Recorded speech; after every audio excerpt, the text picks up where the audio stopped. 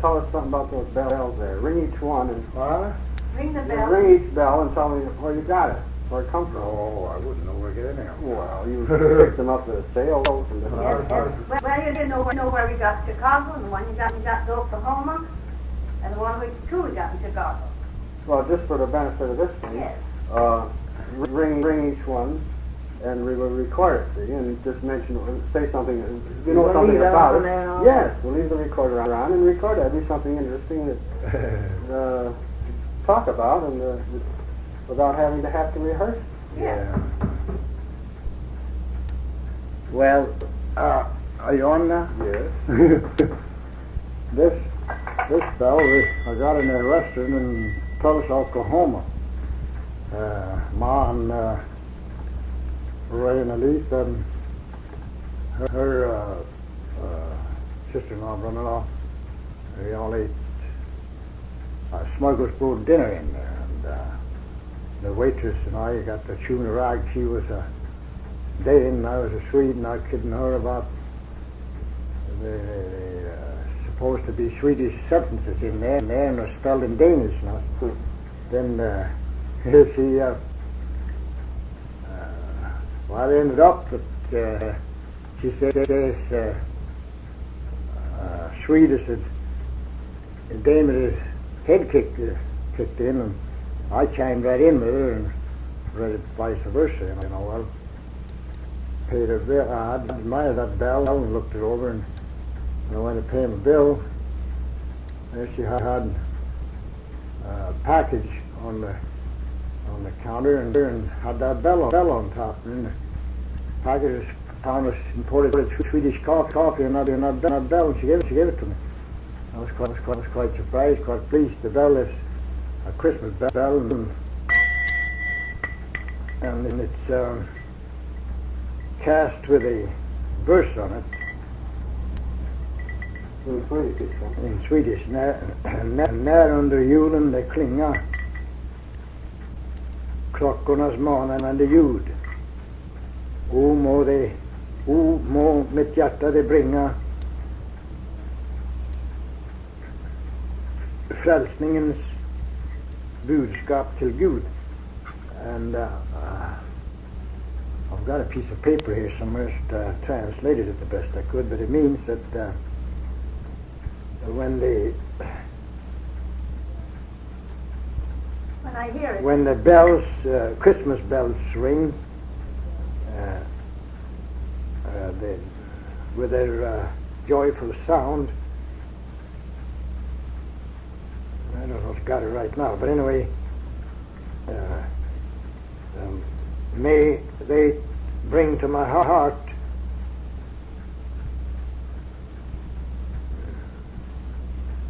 the message of salvation. That's sort of Christmas greeting. They send. Did somebody send that to somebody else as a Christmas greeting? Or was that sent to somebody as a Christmas greeting, or no? Or this present, or this bell? I mean, is that?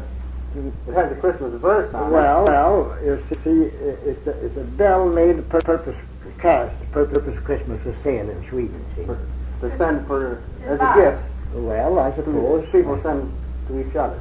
I suppose so, or buy them for yourself. I don't know just what that is to. On the other side, it says peaceful Christmas. In Swedish, it's fridfull jul. Well, that bell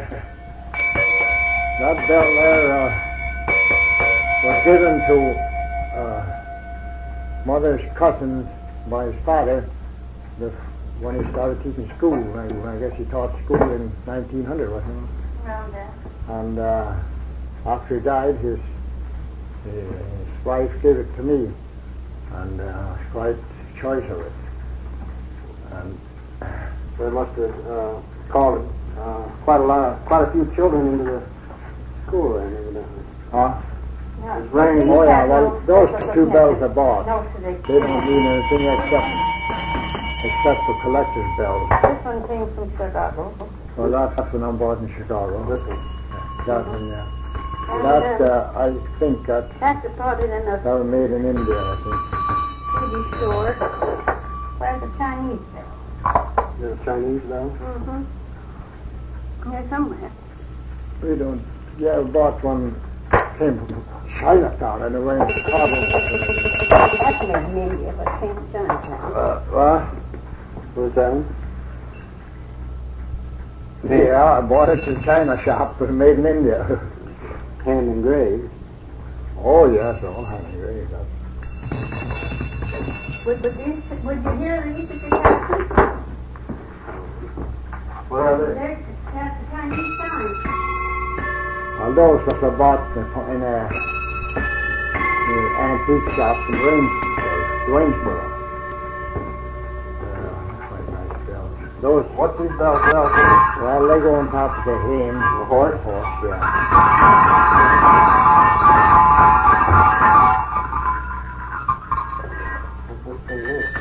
Well, that's a bell I picked up somewhere, so I don't know. That's so weird. No, I don't know much about it. There must be a sheep bell, isn't it? Yeah. That's a sheep bell, and here's a cow bell. And another cow bell. Another cow bell. That's a sheep bell. That's a sheep bell. What's these things? All those I bought in this There's the souvenir in the shop. Fish of the feet there. This is meant to be. Yeah. This says $1. Yeah. Gonna get $1 for it, selling. These are Frank and Claire got these last Christmas. Yeah. That string there, I never know where I got it. I bought it somewhere. Bought it somewhere. I have no idea where I got it, nor how much I paid for it. There's a string over there Right on top of I the got house. just lately. You just got these just for Christmas. I bought that lately in the antique shop. That sounds like Yeah, like spring bells. They're all sunlight. a horse and cutter. Yes. I've been behind them many times.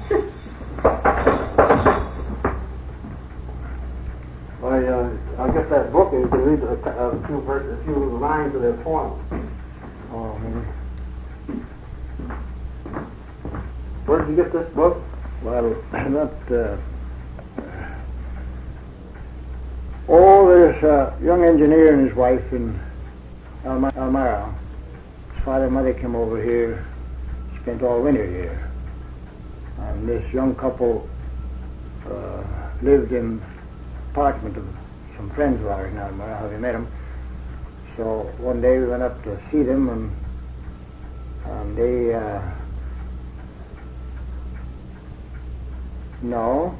they told us we met the young couple, but one evening the friends of ours brought this young couple's, the young fellow's father and mother over here, and had quite a visiting time for a couple of hours, and then later in the spring I went down there and got them, and I took them around all day.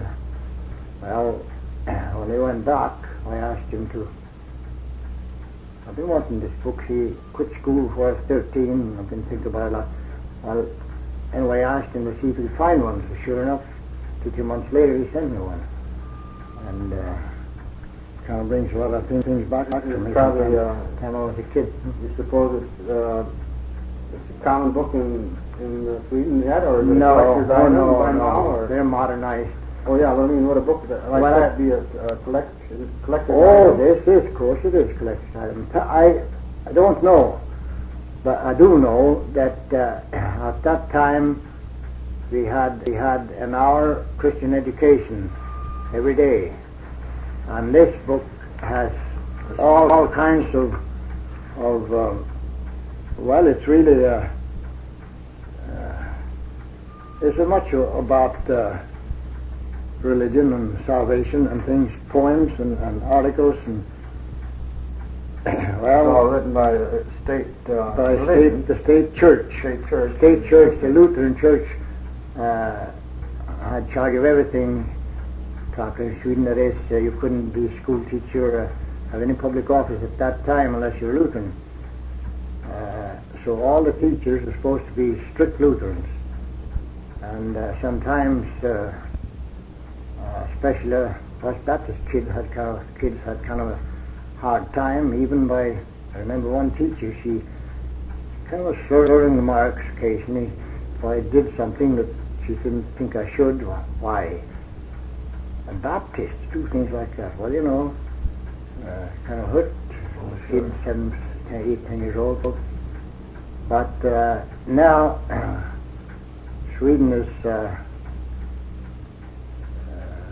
well, there's still Lutheran church, the state church, but it's socialistic enough so that I don't think it is. There may be very little Bible reading or catechism reading in school, but kind of lost the original oh yes, vision. Sure. Yeah. And seems to happen to a lot of any religion that gets to be a big organization. That's the idea. Why that? I came home. I've been at sea a couple of years, and I came home, and I see some stamps on some furniture. My brother, this is in 1907. My brother had come to this country in 1903. Well, I asked my dad what those stamps were for. He said I hadn't paid my church tax. I said, "You've got to pay church tax even though you're Baptist." Yeah. Support your own church, and then compulsory state tax besides. So he said, I signed this furniture over to Fred so that they couldn't take them out. You signed your furniture? Their furniture in the home. My father's furniture, yeah. See, and he signed the furniture over to Fred that was in this country. In that way they couldn't attach them, see. Fred was the base, so can these trains going by bother you any more than the steam trains? Oh no, they're less noise. Less noise. You recorded the sound of that train going by. So that's what I'd ask you about. Why? You used to shake the whole house. No, at that time. Trucks do now. I remember especially one time with a Baptist family. And their daughter wanted to become a school teacher. Well, I was at the church meeting at the time, and they argued back and forth. In order to become a school teacher, she had to be sprinkled in the Lutheran church and go to confirmation class to the Lutheran priest, and then be confirmed before she could enter teachers to seminary. Well, at the church meeting at that time, I don't remember whether her parents were there or not, but anyway, I can remember the minister getting up and he said, "You got to be line drawn somewhere, and my church is probably right here," so that her parents had given a consent for her, see, to join the Lutheran church, and the parents were both turned out of the Baptist church. They were pretty strict.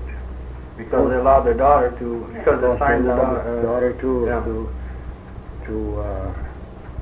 become a Lutheran in order to be a school teacher. Yeah. Of course, I suppose they were. Well, she more or less consigned them to hell then. Yeah. So many words for letting their daughter join the Lutheran. Well, I suppose that was what they used to call in this country years ago close communion Baptist. Yeah. They were very, very strict. I know one man was, after he'd given thousands of Swedish crowns to the church, he was just turned out because he saw the beer wagon stop in front of his house, and he admitted it for the church, and so he was kicked out. Yeah. Well, I want to read a couple of, can you translate the few sentences? Can you read it and translate a few sentences? Or Well, I'll try to. is that that's a reader? Well, it's a textbook or a reading book. This is a reader. Yeah. Reader for the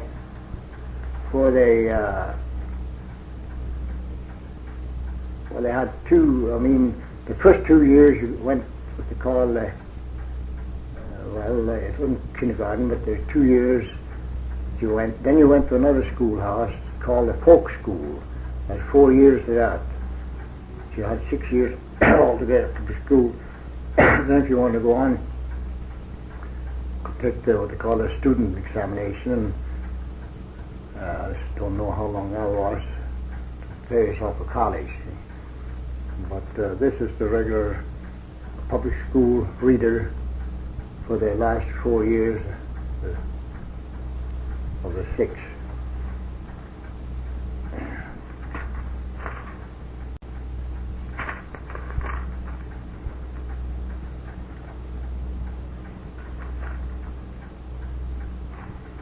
I don't know if I could find anything It doesn't matter.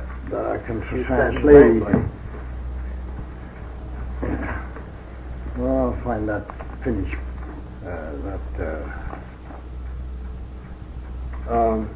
How many brothers and sisters are there in your family? Well, my father lost 3 wives. Your father lost 3 wives. He buried 3 wives.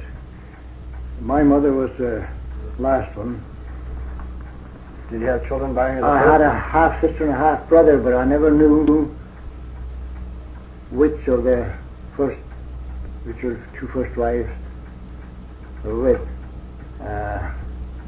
Then I had an own brother, so he was perhaps 3 years older than I was. He died when he was 5. Then I had a sister 3 years younger than I am. She died when she was 18. My sister 6 years younger. She died when she was 26.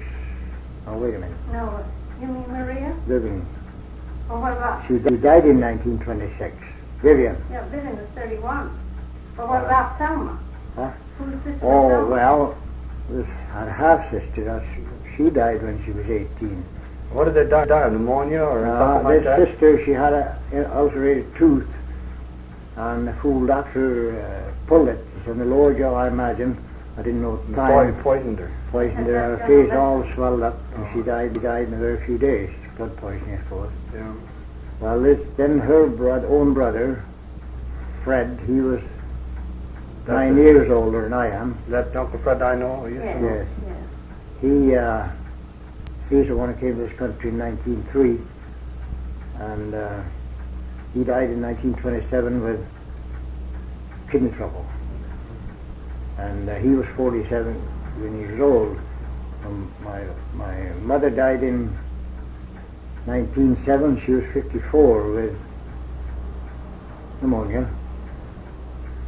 And Marie had TB.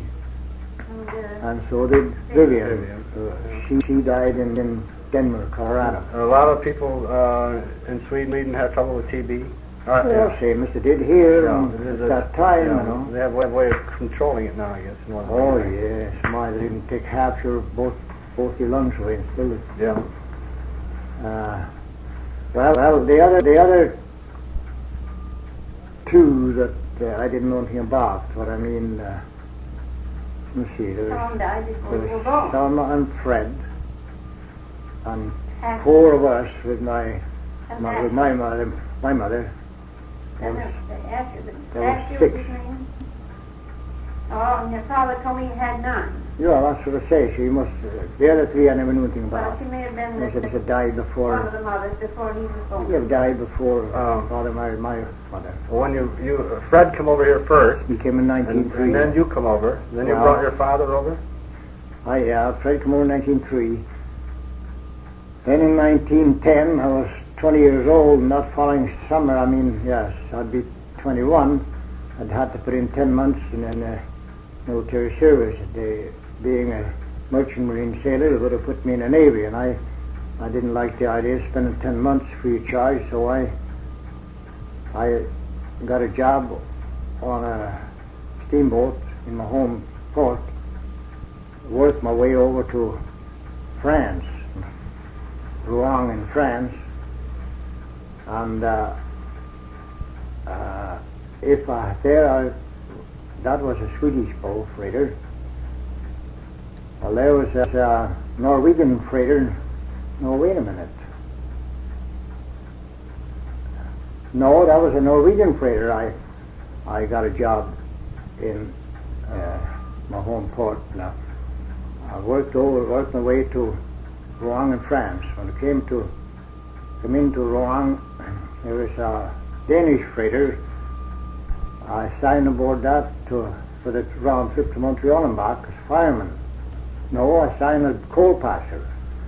2-3 days out, one of the firemen gave out. He couldn't stand the work, so I put me as fireman and gave him the coal passer's job. There were 3 weeks going to Montreal, had rough weather. That was in 1910 in the fall, in October. And I got to Montreal. I knew I couldn't get, they wouldn't pay me off because I was signed up for the round trip back to Rouen. So I got all the money they let me have, the captain let me have, and Saturday night I jumped the ship and took the train to wanted to go and buy tickets to Montreal. They wouldn't sell it to me. And the U.S. immigration inspector in the station said, I wouldn't let you pass, she wouldn't let you go through, you have to have immigration papers. Well, I didn't know what to do, so I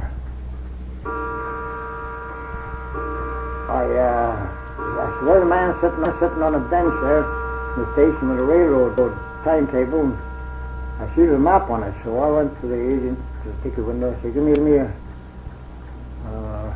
timetable. I wanted to hit upon the idea of going to the last station in Canada and stay and perhaps walk across the border.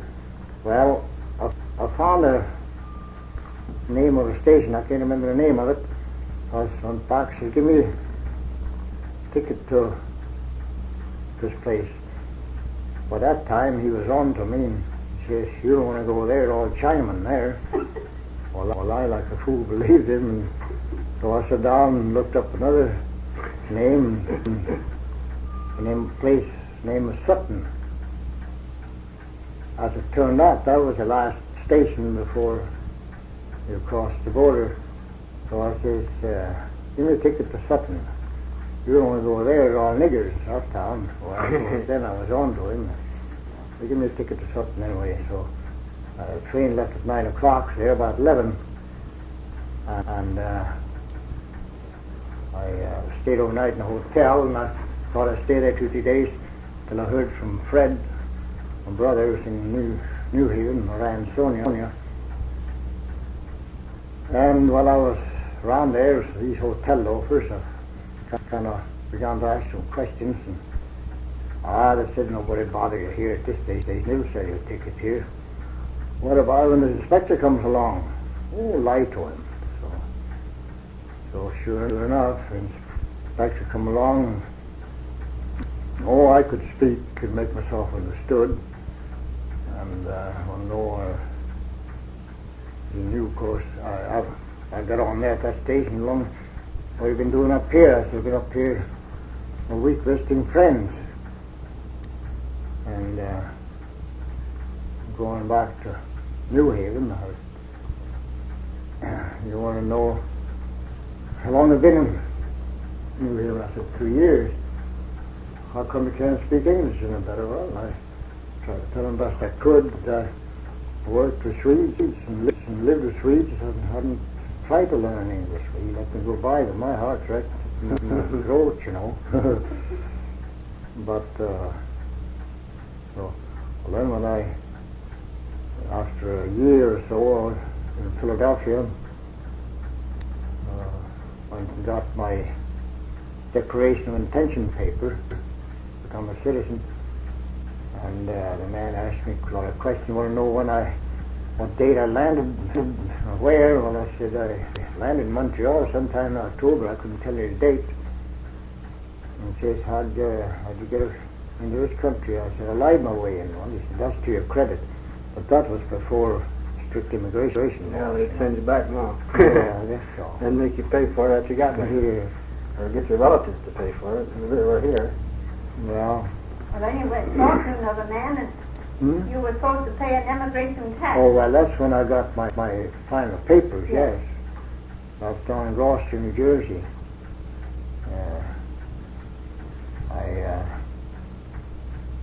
When I got all through with the questions on this paper, he says, now there is a head tax of $8